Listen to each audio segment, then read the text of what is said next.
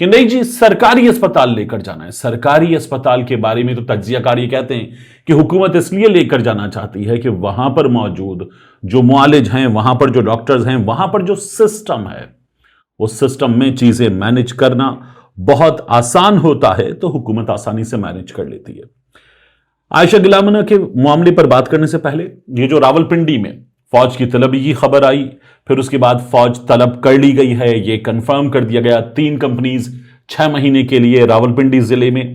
اب اس بارے میں اجمل جامی صاحب نے ری پوسٹ کیا, میں دیکھ رہا تھا تو پھر مجھے نظر آیا کہ منیب فاروق صاحب کی پوسٹ تھی, اور اس پر منیب فاروق صاحب نے بتایا کہ reliable sources claim that there is nothing, اور نتھنگ انہوں نے انورٹڈ کاماز میں لکھا ہے, special about the deployment of 3 companies of Pakistan Army in District Rawalpindi, drawing reference to any political element / activity is absolutely uncalled for.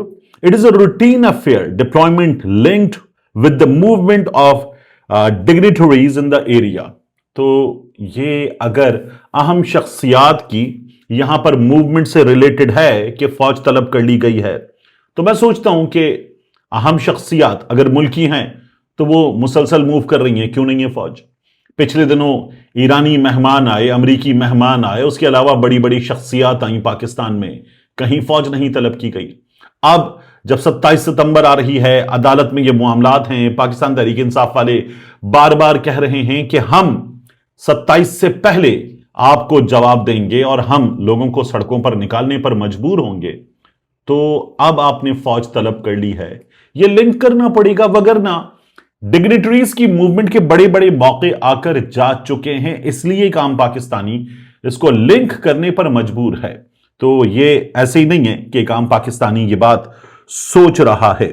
ساتھ میں نے آپ سے عرض کیا تھا یہ جو ٹیکسلا میں ٹک ٹاکر شمسو عرف عائشہ گلامنہ, ان کا قتل ہوا, ڈراپ سین ہو گیا ہے اس کا. باپ اور بیٹے سمیت خاندان کے دیگر لوگ اس میں ملوث نکلے. قتل کا واقعہ غیرت کے نام پر ایک باقاعدہ منصوبہ بندی کے تحت جرگے کے حکم پر کیا گیا. یہ قتل جرگے کے حکم پر کیا گیا. پولیس نے اس میں 5 ملزمان کو گرفتار کر لیا ہے.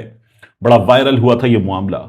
اب دیکھیے اس میں جو لوگ ملوث تھے پکڑے گئے, ابھی ملزم ہیں, یہ قانونی پروسیس سے گزریں گے, مجرم بھی ثابت ہو سکتے ہیں. لیکن میں نے آپ سے کہا تھا اس میں حکومت کتنی ذمہ دار ہے. میں نے گزشتہ کچھ عرصے میں ٹک ٹاک پر جب اکاؤنٹ بنایا تو بھی مجھے چونکہ اپنے انٹرسٹ کے حساب سے زیادہ تر اپنی فیڈ پر نظر آتی ہیں پولیٹیکل چیزیں یا اینکرز وغیرہ کی چیزیں, میں نے ٹویٹر پہ اور باقی جگہوں پر دیکھا کہ ٹک ٹاک لائیو ہوتی ہے ایک چیز, اور اس میں فحاشی کی انتہا کر دی جاتی ہے. وہ پورنوگرافی کی ایک بالکل الگ قسم ہے. اس کے علاوہ جو ٹک ٹاک پر کانٹینٹ ہے, اس کانٹینٹ میں جو بےہودگی مچائی جا رہی ہے, اس بےہودگی کی وجہ سے یہ چیزیں ہو رہی ہیں. اور یہاں ان خاتون کے معاملے میں میں کسی بھی طرح اس قتل کو نہ تو میں اس کی حمایت کر سکتا ہوں, نہ کبھی کروں گا. اور اگر کوئی کسی کو کسی بھی وجہ سے, اس کے کسی ایکشن کی وجہ سے, اس کے ڈانس کی وجہ سے, اس کے لباس کی وجہ سے, اس کی گفتگو کی وجہ سے قتل کر دیتا ہے تو میں قتل کی مذمت کروں گا.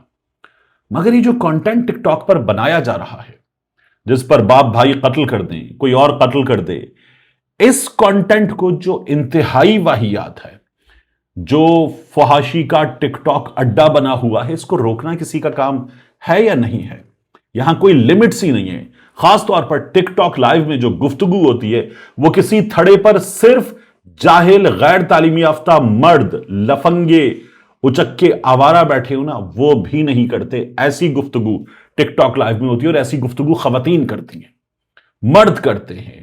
وہ ایک بچہ ہے 20-22 سال کا, وہ کرتا ہے. ایک بڑی عمر کا آدمی ہے, وہ کرتا ہے. اس کے علاوہ خواتین کرتی ہیں, اور وہ گفتگو کرتی ہیں کہ علمان الحفیظ.